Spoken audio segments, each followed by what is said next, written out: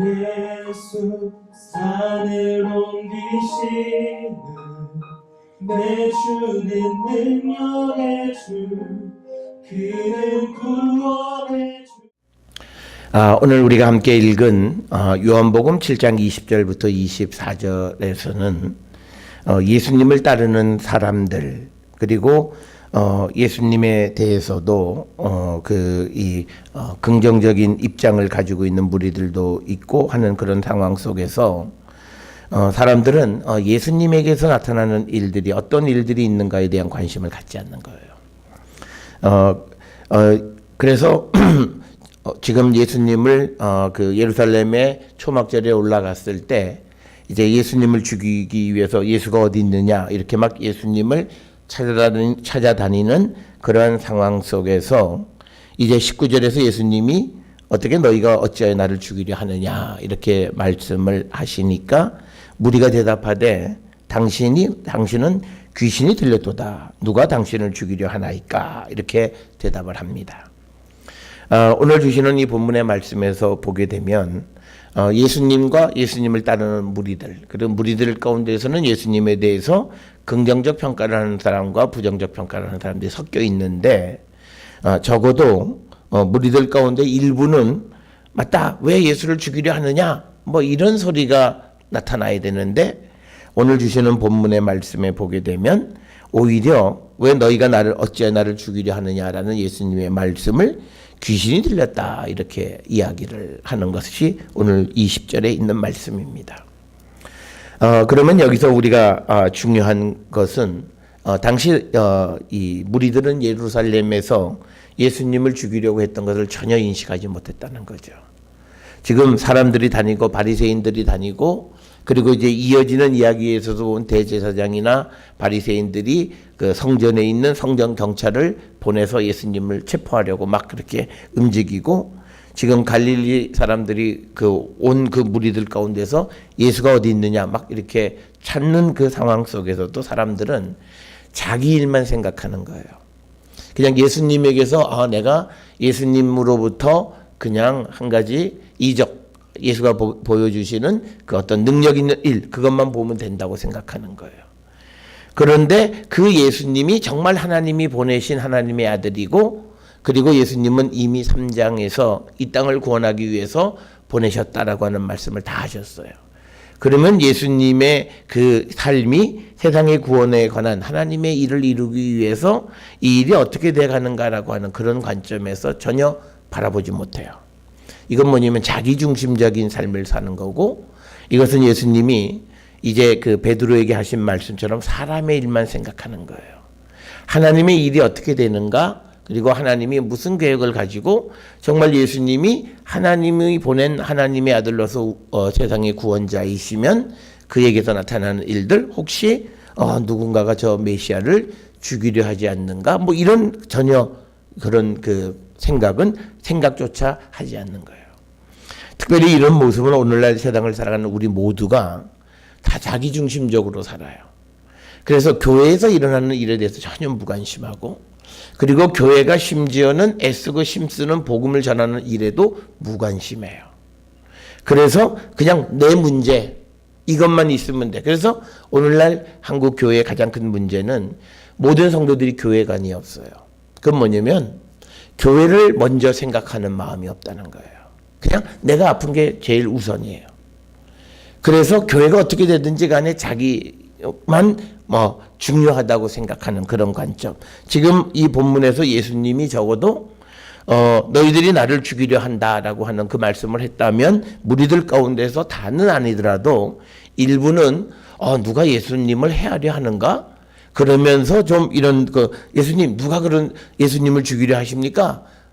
어떻게 해서 그렇게 생각하시죠? 이걸 물어보는 사람이 아무도 없고요. 딱 대답이 뭐냐면 당신 귀신 들렸다. 그러니까 이건 예수님에 대해서 가장 모독스러운 표현 중에 하나죠. 예수님 보고 귀신이 들렸다라고 하는 거죠.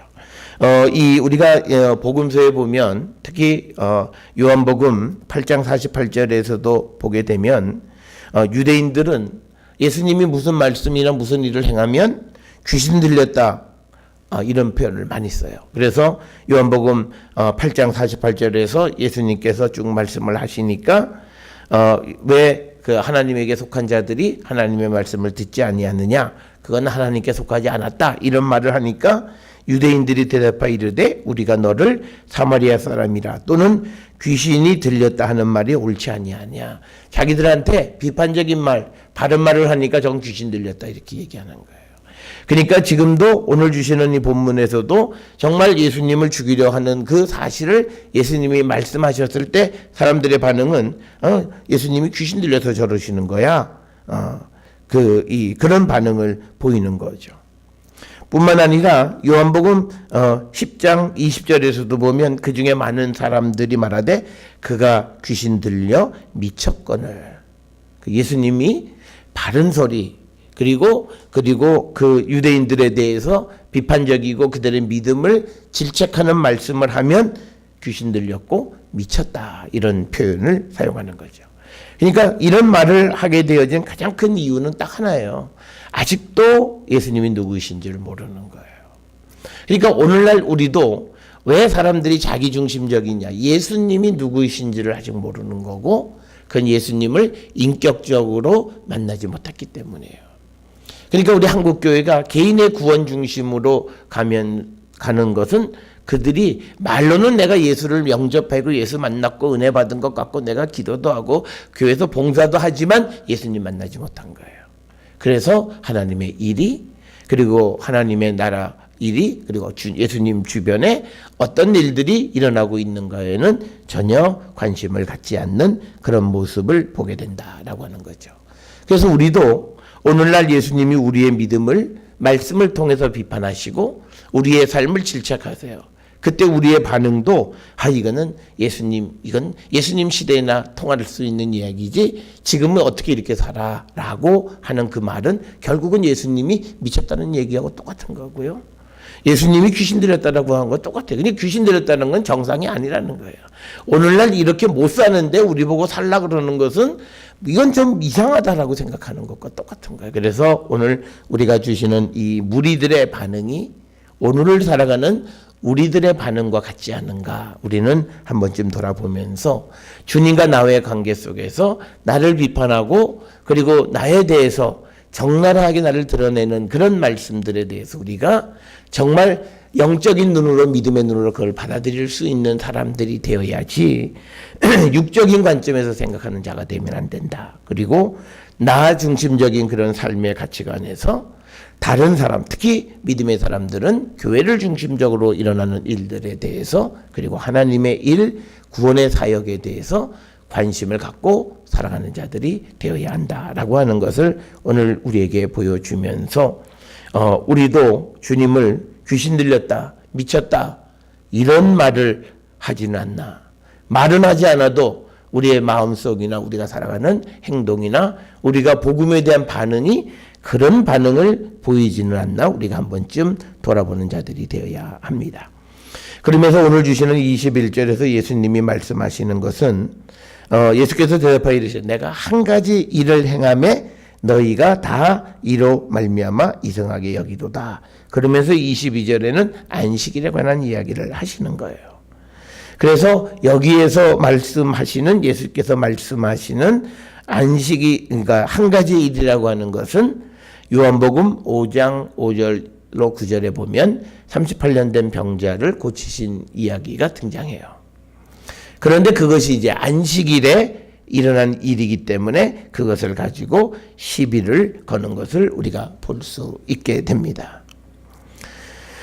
그래서 오늘날 우리가 세상을 살아가면서 우리가 이 안식일을 어떻게 우리가 지켜야 하는가라고 하는 거, 그걸 우리가 한 번쯤은 잘 생각해 보셔야 돼요. 오늘날은요, 요즘 보면 어떤 교회들은 주일날 봉사를 가기 위해서 예배를 토요일날 드리는 교회들이 있어요. 그는 교회관이나 기독교의 신앙이나 이런 것과 전혀 잘못된 거예요.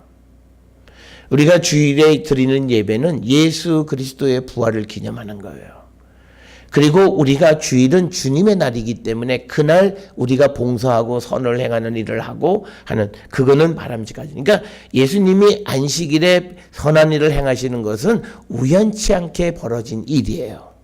내 눈앞에 우연치 않게 어려운 사람이 그러니까 그 안식일에도 예수님이 오늘 내가 가서 병자 있으면 기적을 베풀어서 병자를 이렇게 세워 그렇게 해서 병자를 고치신 게 아니에요. 안식일날 예수님이 사람들을 모아놓고 다 와라 다 와라 그래서 교회 가지 말고 나한테 모여 회당에 가지 말고 나한테 그렇게 하신 게 아니에요. 회당에 가셨다가 회당에 있는 정말 병든 이들을 보고 그들을 고쳐주셨고 또 38년 된 병자도 그렇게 해서 고쳐주신 거지. 오늘날 우리가 이것을 잘못 이해하고 있어요. 그래서 우리는 주님의 날에 손을 대요.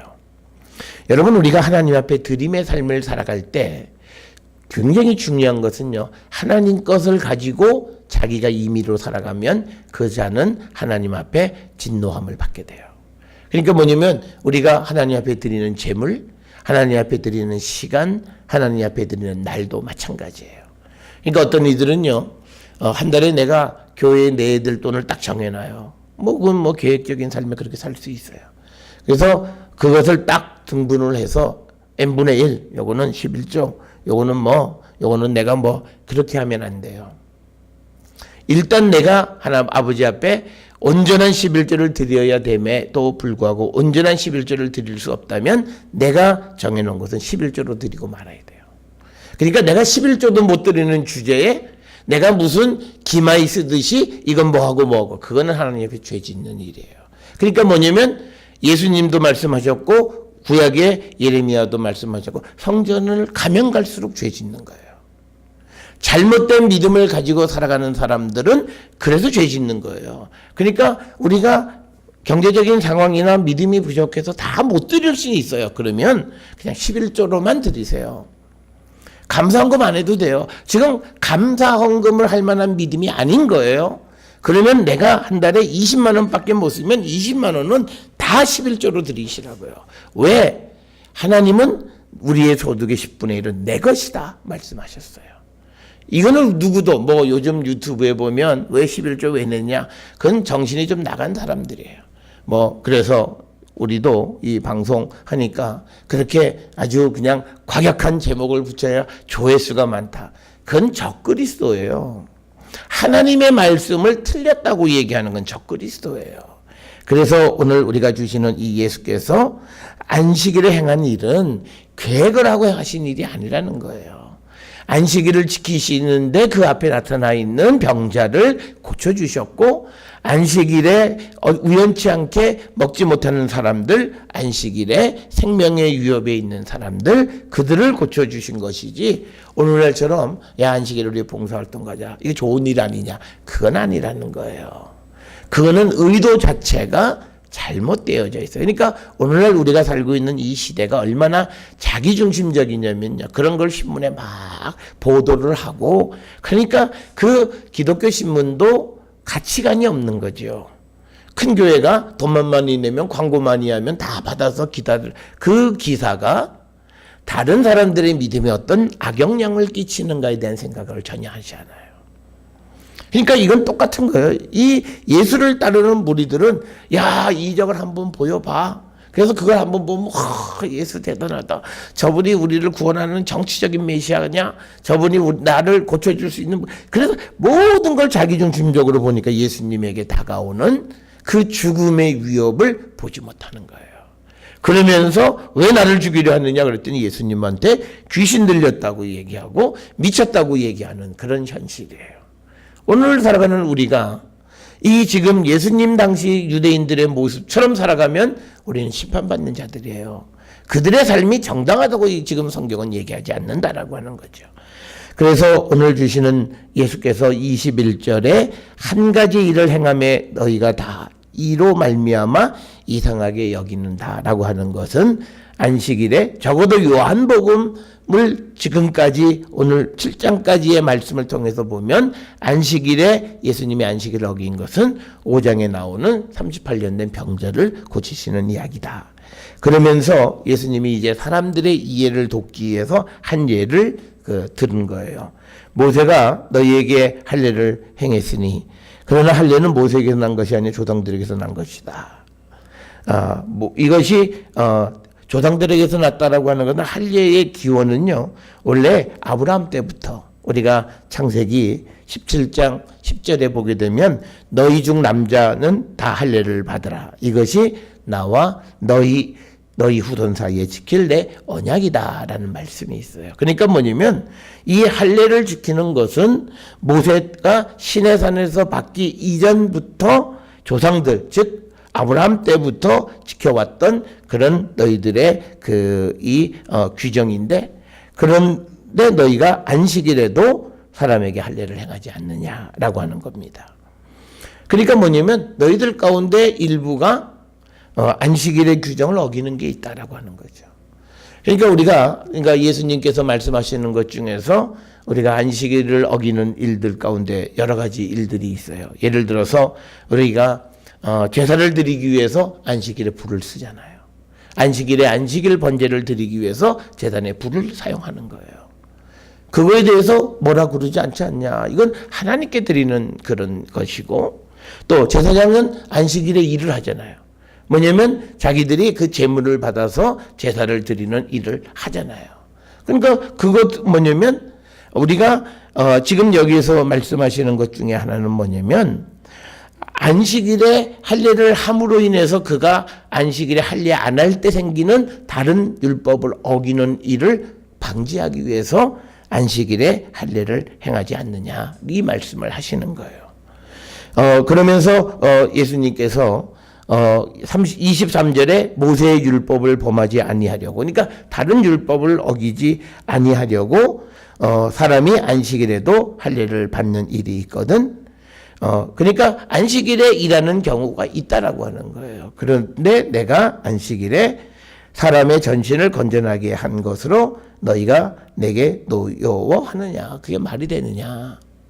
그러니까 뭐냐면 지금 예수님이 안식일에 어떤 그 율법을 어기는 것 같이 어떤 누구를 고쳐주고 다른 사람의 생명을 구원하고 또 다른 사람이 다른 죄를 짓지 않게 하기 위해서 안식일을 어기는 것들, 그런 것에 대해서 아무도 문제 삼지 않지 않냐. 그런데 왜 내가 사람을 고쳐주고 사람을 건강하게 한 그것을 문제 삼느냐. 그러면서 예수님은 다른 율법의 말씀과 다른 유대인들의 관례를 통해서 그 사람들을 설득하는 거예요. 내가 율법을 어긴 것이 아니다라고 하는 거예요.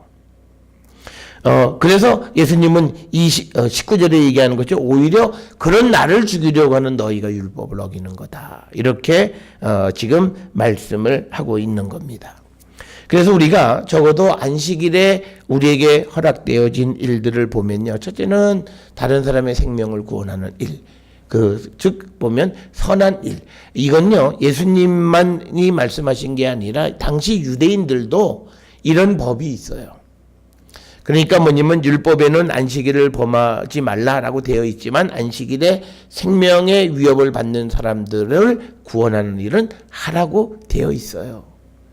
그러니까 이게 예수님만이 뭐 특별히 그런 게 아니고요. 그런데 이 사람들의 문제를 삼는 건 뭐냐면요, 저 사람이 갈릴리 사람이기 때문에 문제를 삼는 거예요. 그게 이제 24절에 외모로 판단하지 말고 공의롭게 판단하라, 이 말씀이에요.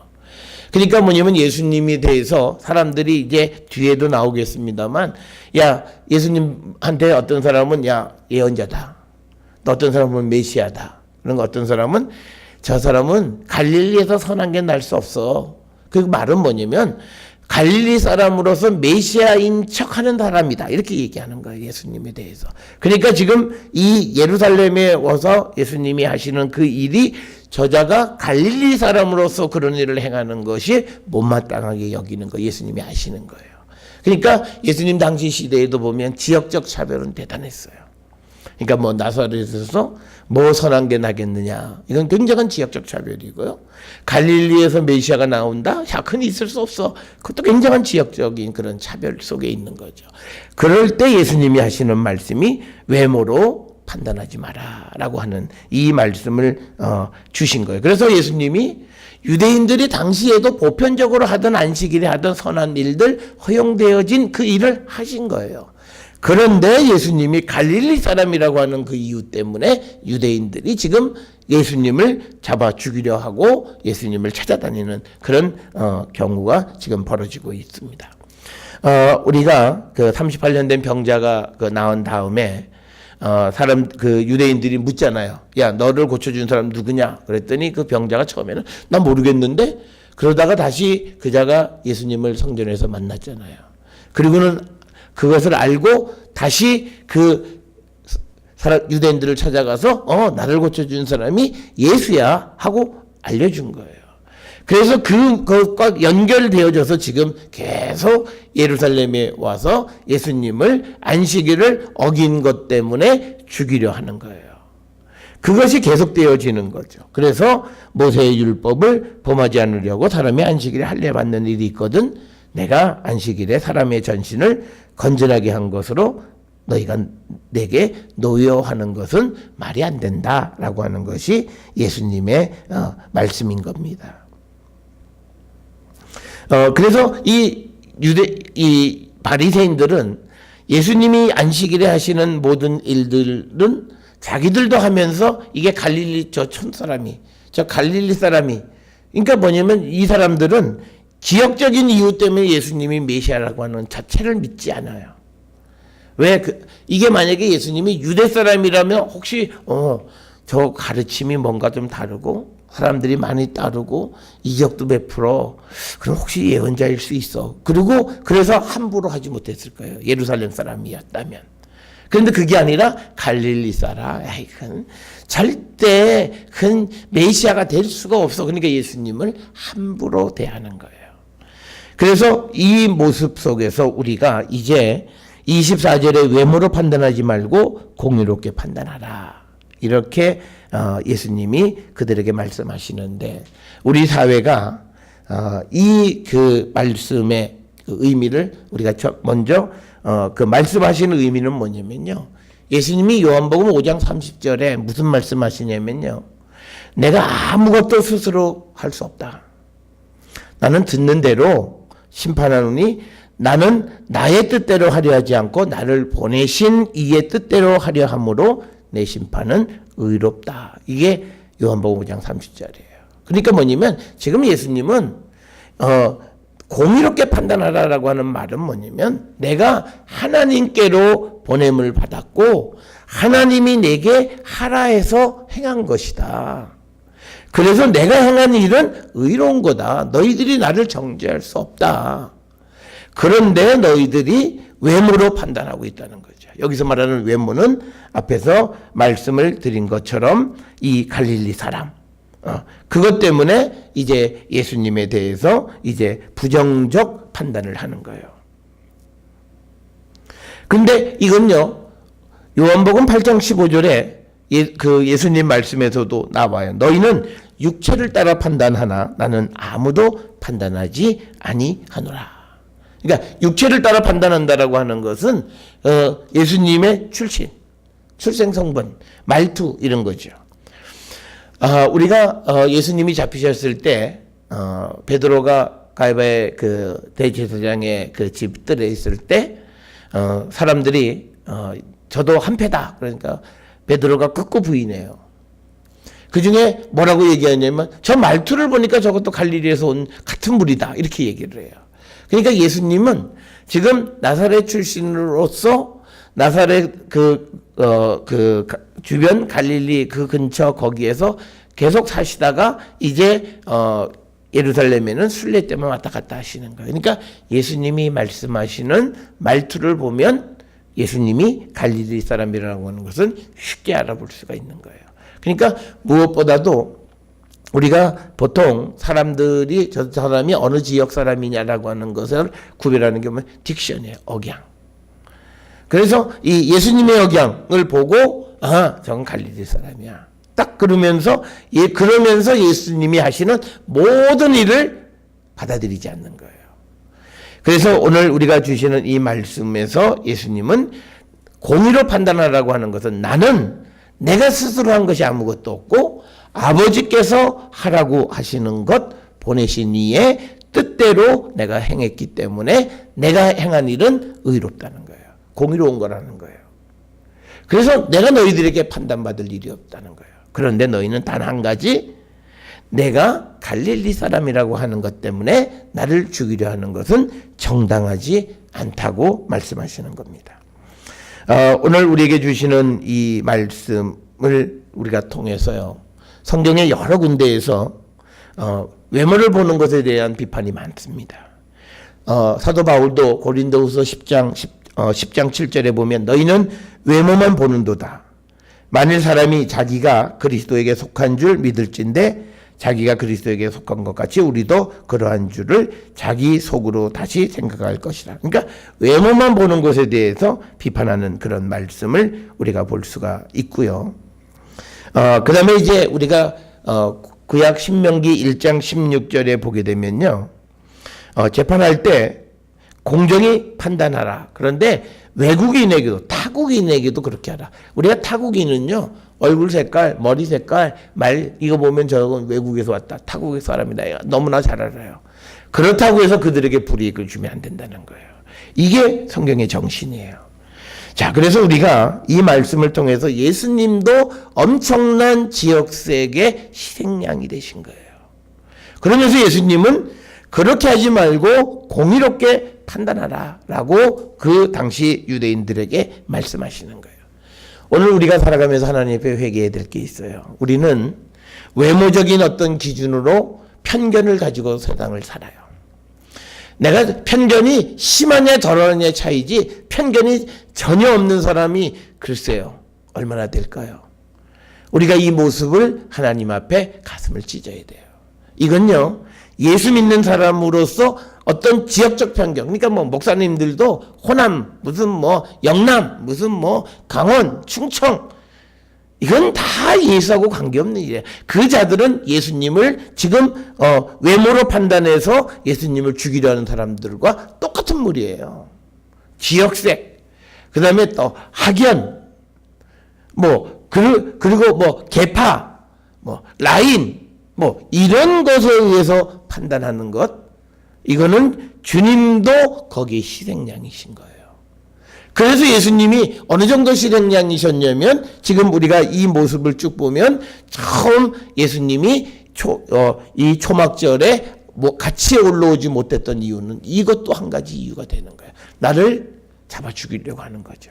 그러니까 7장 1절에서 우리가 처음 시작할 때에 그 후 예수께서 갈릴리에 다니시고 유대에서 다니려 아니하심은 유대인들이 죽이려 함이로라 라고 하는 거예요. 그런데 예수님을 죽이려고 하는 것은 다른 것이 아니라 무리들이 예수님을 외모로 판단하는 거예요. 갈릴리 사람이라고 하는 이유 때문에 예수님을 죽이려 하는 거예요. 그러니까 예수님도 엄청난 지역색의 희생물이셨어요. 그러면서 예수님은 그렇게 하지 말고 외모로 판단하지 말고 공의롭게 판단하라고 우리에게 말씀하시는 거예요. 그래서 우리 한국 기독교는요, 특별히 한국 땅에 살고 있는 그리스도인들은요, 이 주님의 24절의 말씀을 마음에 새기셔야 돼요. 외모로 판단하지 말고 공의롭게 판단하라. 그 사람이 하는 일, 예수님이 하시는 하나님 나라의 일, 예수님이 하나님이 보내신 하나님의 아들로서 생명의 떡이고 우리의 생수이시라고 하는 그 사실을 그가 어느 지역 출신이라고 하는 것에 관계없이 그 진리를 받아들여야 한다는 거예요. 그런데 우리가 외모적인 이유, 특히 지역적인 차별을 가지게 되면 그것은 바람직하지 않다는 거예요.